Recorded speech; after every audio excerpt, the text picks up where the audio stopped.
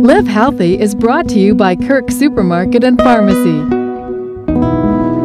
Are you getting ready for the marathon? Need to know exactly what to have before, during, and after the marathon? I'm sure Jason Harper does, because he's actually training for it. So you better listen up. And of course, I'm here at Kirk Supermarket with nutrition expert Andrea Hill, who is going to give us the lowdown. Yeah.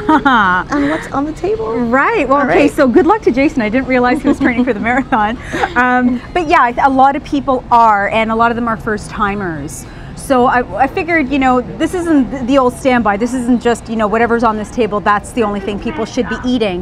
But certainly this is a time where you're trying to not only train your muscles, your lungs, and your heart, but also your intestinal tract. This is a time where, you know, you want to test certain foods out to see which work towards top performance and which ones really need to not be part of the diet because they create digestive upset. Okay.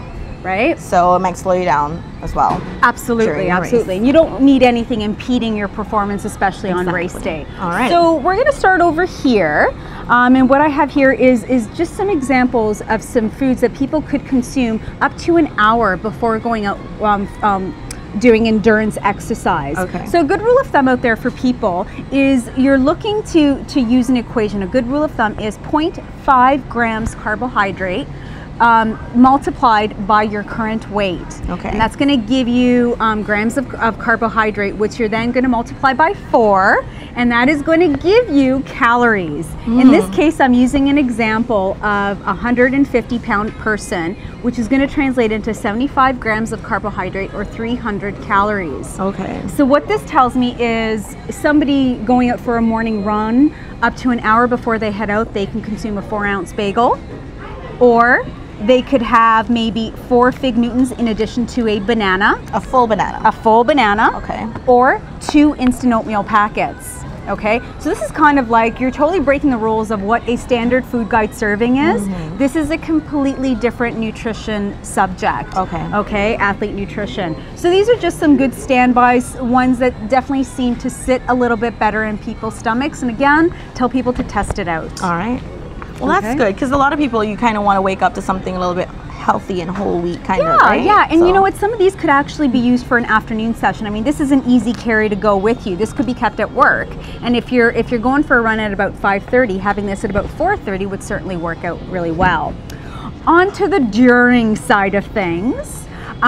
So when we're talking about running and training, for endurance exercise, you know, you've got a couple of objectives during your training, and that is to keep hydrated and to keep your blood sugar steady. And speaking of which, I mean, when you're in primary school and high school, middle school or whatever, you're getting ready for your sports day, for example, right? We're far away from that. But I remember back in the day, when I used to take part, we would kind of take the glucose, you know, the powder, and we would take that before we would run, and then just, you know, start. And that's something that's going to quickly get absorbed into the bloodstream, and therefore you're going to quickly use that energy. Okay. So the same purpose behind some of these choice items, like the easiest thing for people to do, especially if you're just running for under an hour, let's say just building up your training, you're probably just really focusing on hydrating with water, just replenishing fluid losses. But when you're going beyond 90 minutes of exercise, endurance exercise, you're not only needing to replenish fluids, but you also need to replace electrolytes. Okay. Okay? So this is where Gatorade the Gatorade comes in, the sport drinks. I also have something called Noon. Are you familiar with Noon? I am not. I thought this was something like a Baroka or something. Well, you know what, it does work that way. It starts out as an effervescent in 16 ounces of water, but it actually becomes a still liquid.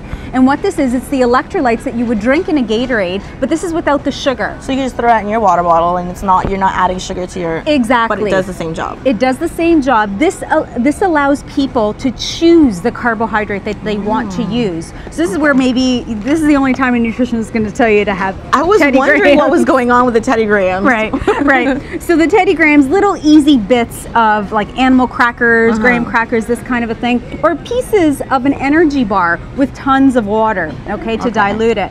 So this is something that you can use during. That's during your race. Yep. or your training. Build it up, find out what works for you. All right. Okay. And then after that?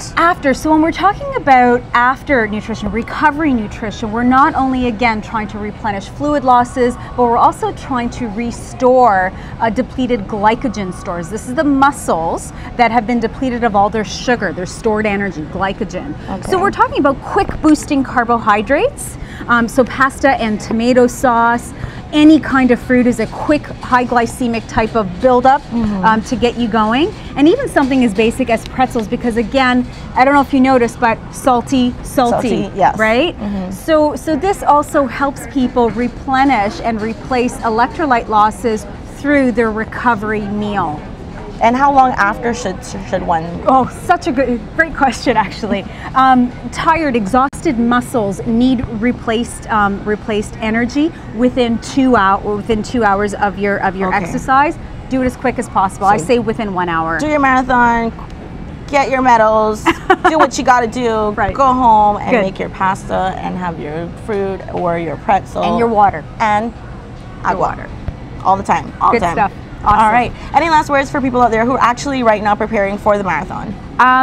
Test your stuff out now. Don't wait until race day. All right. Perfect. Thank you very much once again, Andrea.